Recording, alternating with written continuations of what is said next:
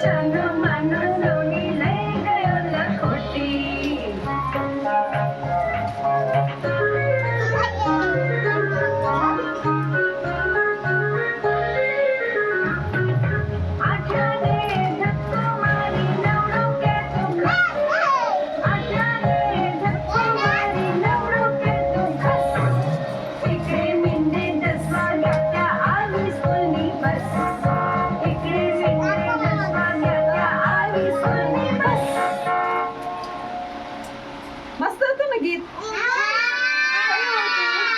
10 એકડાનું હતું ને? તો તમને ગમ્યું?